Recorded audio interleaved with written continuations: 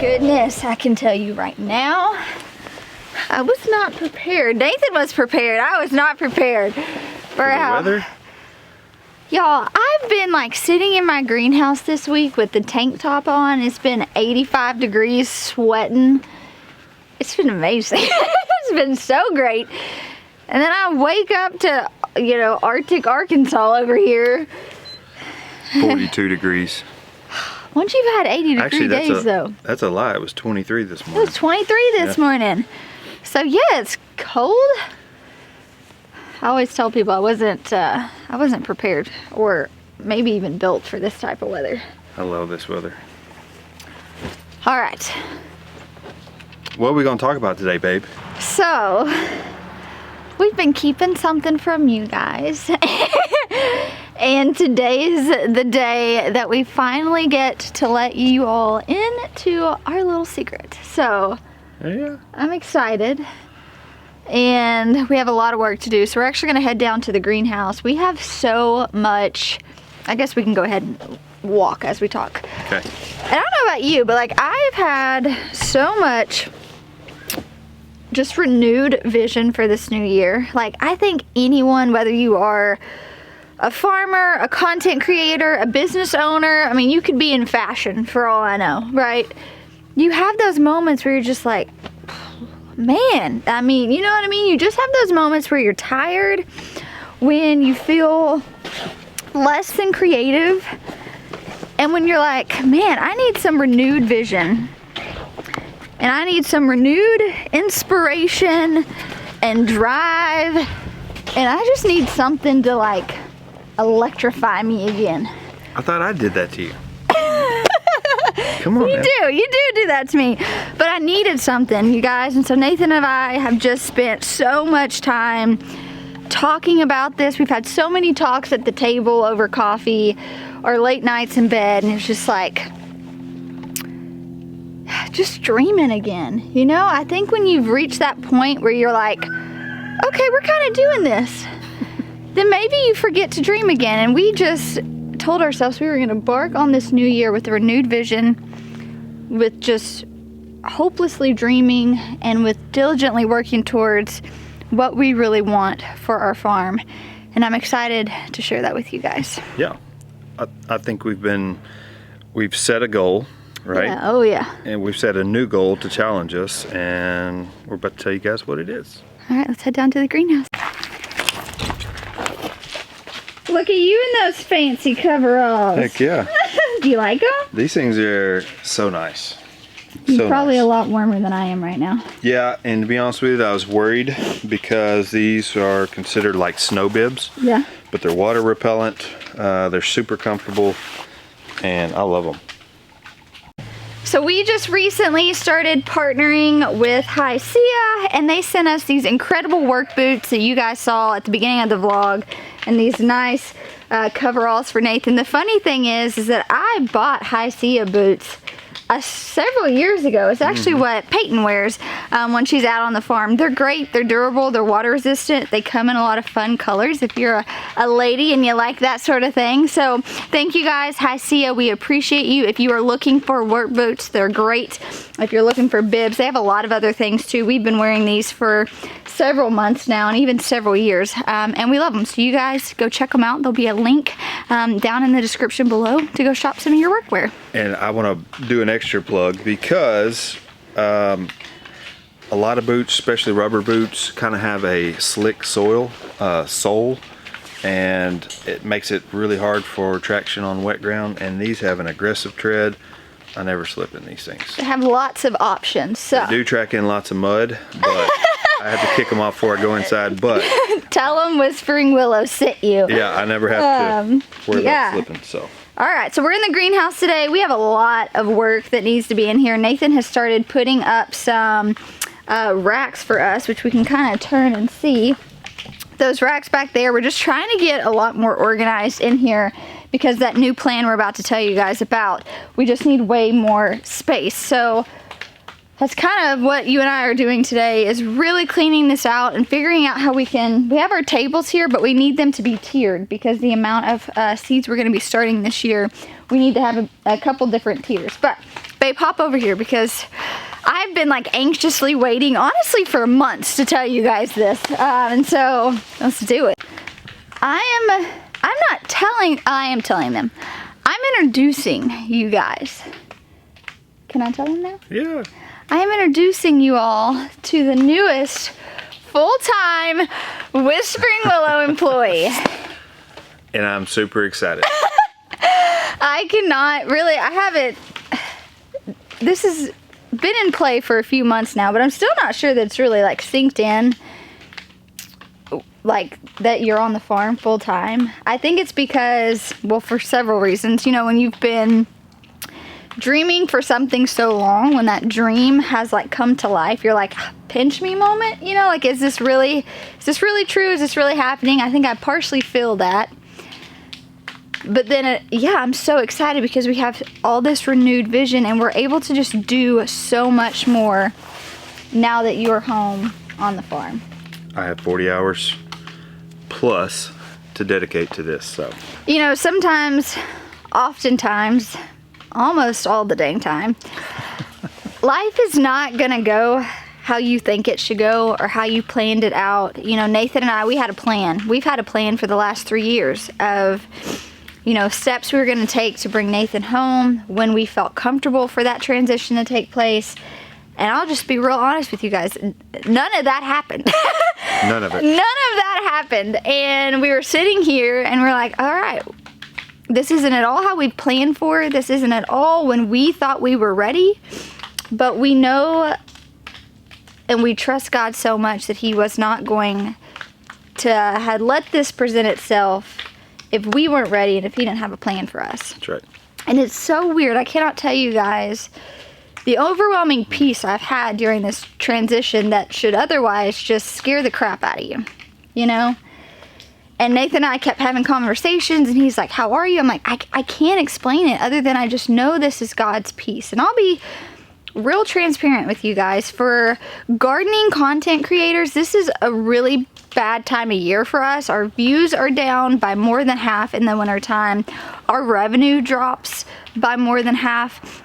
In the wintertime, many people don't garden year-round and they just don't really care about gardening year-round. And so it's really just kind of financially a really slow time for us across the board, you know. And we cannot thank you guys enough who watch our videos and support us and shop from our online store. Like, you really just don't know how much that means. And so saying all that to say that this should have been a scary transition, right?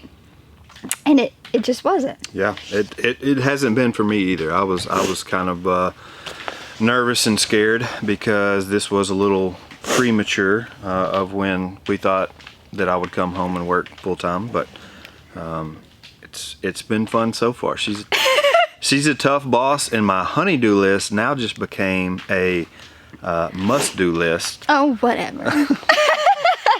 All right, so let's talk about our plans. So I've had this stirring since before the new year of needing to get my hands back in the soil, needing to work the land more. We have, we don't have enough farmers in our area, if I'm being completely honest with you. A lot of the older generation farmers are passing away, and we don't have new farmers willing to like take that baton and say, hey, I'm gonna make sure that our local community has access to local organic food.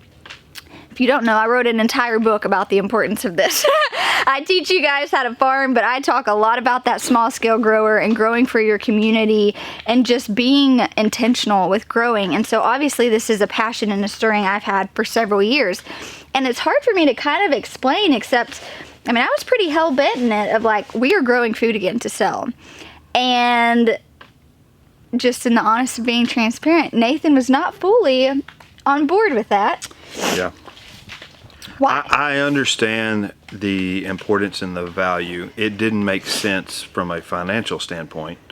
First of all, because you had moved more into the education role, and that was, you know, doing well. Yeah. And so the amount of work that goes into actually farming for the return, as far as financially, it didn't make as much sense. Yeah. However, it makes a lot of sense because that's her passion. Right, which is why I would just tell you guys, like, sometimes you're going to be called to do something that's not going to make sense to anyone but you. And then you're left with a decision where you can say, no, I feel this conviction to my core. I know this is what I'm called to do. And even though it may not make sense to anyone else, I'm going to walk this road because this is the road I've been called to walk. Sometimes it's not going to make sense to your spouse. Sometimes it's not going to make sense to your kids or to your neighbors or to the boss that you're having to quit that job because you've been called to this thing. But I was so rooted in this conviction and that this is what I was called to do that I knew that he might not understand now, but I was convinced that God wouldn't call me to this if he wasn't going to equip him to be on board, right? He's not going to call me to do something that's going to separate me from my family or my spouse or whatever. And so we kept having those conversations, and it wasn't like, oh, I'm doing this, get on board or hop out, right? It was just like, what are your reservations? And a lot of it was, well, we've not been in the food market, you guys, in a hot minute. You know, I mean, we've not grown food to sell for several years now. And so we didn't have that market. We didn't know. And I had an idea of what I wanted to do for our farm, and we decided we were going to add a high tunnel. And we can actually walk out here and show you guys where our plan is. We will be having someone from Bootstrap come within the next week and just kind of help us confirm where we want to put it, where's the best location. But I think our plan is that over here, we've already got a phosphorus and electricity. We think that this is where we're going to put it, huh? Over here? I think that's the best spot. But we'll find out. Yeah, we'll find out. But it's going to be in ground, so we're going to have to bring in dirt, lay a pad. We'll bring in soil to be able to garden in ground, which I'm excited to teach you guys about. It's going to be heated and cooled so we can do year-round production, which we grow a lot year-round. But like it got super, super cold and we lost a lot of crops because of that. And so we're not going to have to worry about that. So we have a great, you know, contact there. We're immediately getting the ball rolling on that.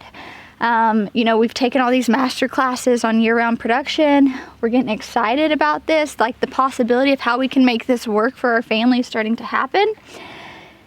And then we meet with some customers this week who, one, our existing customer has asked us to double all of our flower production, which was huge. So now we're going to be preparing double our in-ground growing space for flowers, which is crazy. And it was just like, for me, and I think even for you, it was our sign that this is what we were supposed to do. Yep. Because our goal is to get local organic foods more accessible to our community members, more accessible to our family. Like, it's accessible to our family, right? But it's like, when it's accessible for our family, we can teach you guys, you can make it accessible for your family and you can know how to grow food, maybe if you're wanting to sell it.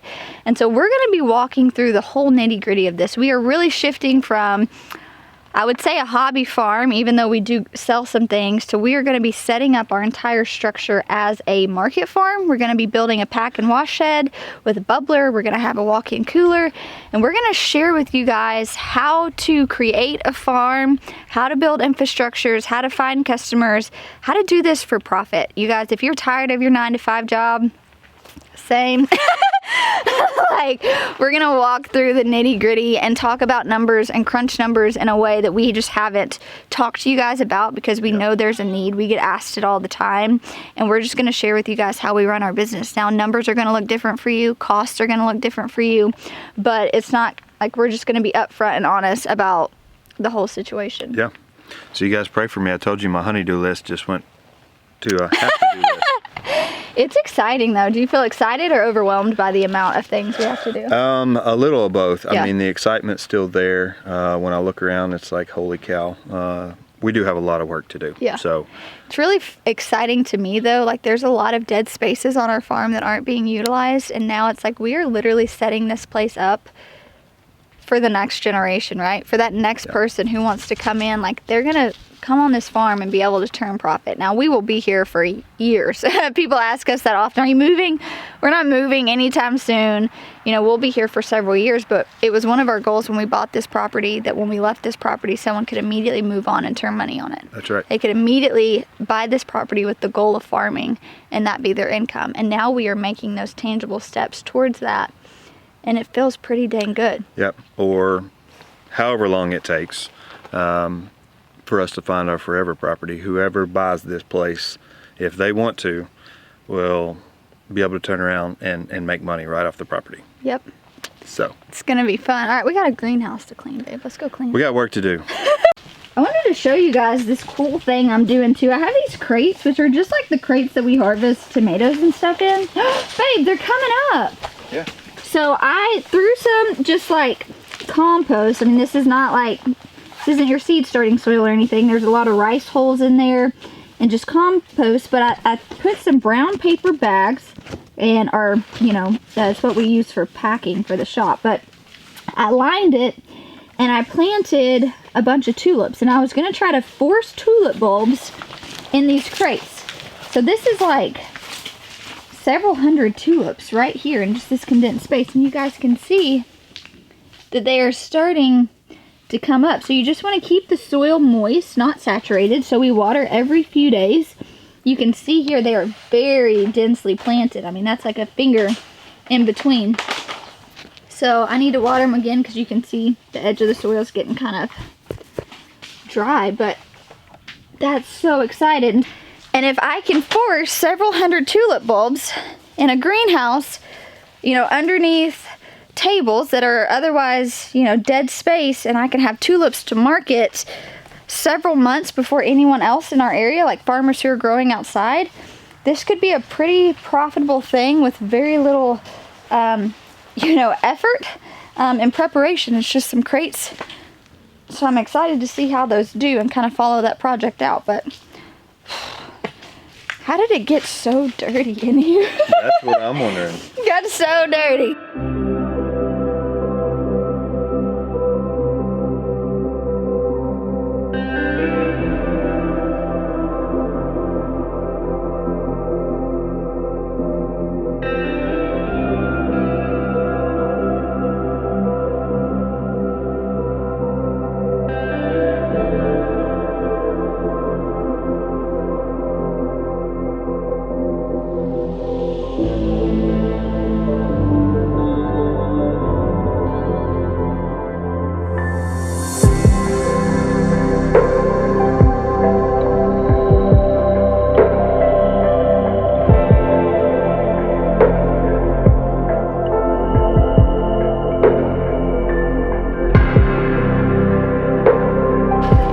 So I got most of the greenhouse cleaned out.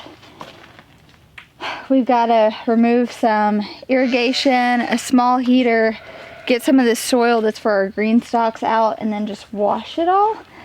And then start crafting a plan for more tables. So I think what we're gonna do is we have some leftover steel from when these were built. And so essentially, what are you thinking, babe? Just run another... Well, I'd have to look, but ideally we'd just take this part off and extend, I've got to see what kind of fittings are and available. have just like 2 tabletops instead of 1. Yeah, just essentially bring up and then do another. Yeah. Whew. I can tell you guys, I got hot. The girl got hot. I got hot too, walking across this farm without side by side. Oh my, y'all. This man and you're side by side. I have compromised. I told him, I was like, maybe we could look into a golf cart, but a side by side is not needed. What if I get stuck in a golf cart? Well, then maybe that proves you need to walk a little more. All right, we tried to move a little shady. I'm not gonna lie, I can't really see it all, so this might be so bright for y'all, and if so, I'm sorry, but. So now I just gotta wash that out and take all that eucalyptus and dump it in the compost. And so sad, dead eucalyptus. Y'all, you win some, you lose some. I should have technically taken cuttings from those before the fall and propagated them, and time was just not on my side. So now I am starting 250 eucalyptus seeds in hopes to get some. They're tricky little stinkers to germinate and start from seed, so we'll see. But we still gotta fold up all this plastic, get it into the tool shed with some netting and stuff that came out of the small greenhouse. Yes, but boss. Oh, would you stop? Welcome to working with your spouse full time. He has given me the hardest time, you little turd. Hey, I'll take all this hard work and all this whiplash that I'm getting because she is cute. I don't give you any whiplash. Oh yeah, you do. Jerk that chain all the time.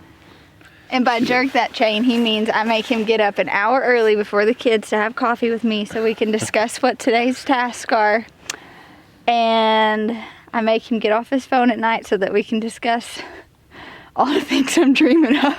and she's got this whip that's engraved with Whispering Willow Farm. You can tell, right? Turd. All right, y'all, we got some grunt work we got to get done, but honestly, first of all, before we end this vlog, we couldn't be shooting this vlog right now if it wasn't for you guys who show up and watch our channel, who, you know, buy from our online store, who come to hear us when we speak, who buy my book and support me. Like, the idea that this would even be possible a decade ago, I would have laughed at you. I mean, honest to God, I would have laughed and be like, oh yeah, right. And then as I have learned to believe in my own dream and believe in what I'm capable of, it became something that seemed closer and closer. You know, it wasn't so far-fetched of a dream. But now that it's actually here, it is still wild to me that, like, this is still possible. Like, we're still able to do this. And one, like, I love working with you. Like, it gave me this renewed purpose of, like, I've never been pursuing this dream on my own, but Nathan's only been able to give me about half of himself because that other half was designated to a job off the farm. Yeah. And now, you know, as we were sitting in meetings with local businesses this week, he laid in bed last night and he was like, we actually did the thing today. Like, we were like a legit business. And it felt good because we're meeting a need. We're providing for our family. We're teaching our children that, you know, mom and dad work hard, but we feed our family, we feed a lot of people, and we get to steward a wonderful community in the process. And for me, that's worth pinching pennies. That's worth being on a budget.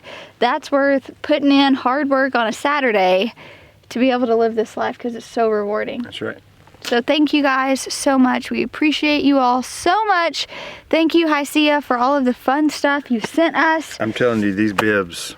We appreciate you guys amazing so much. So thanks for hanging out with us. We'll talk to you soon. Bye, guys.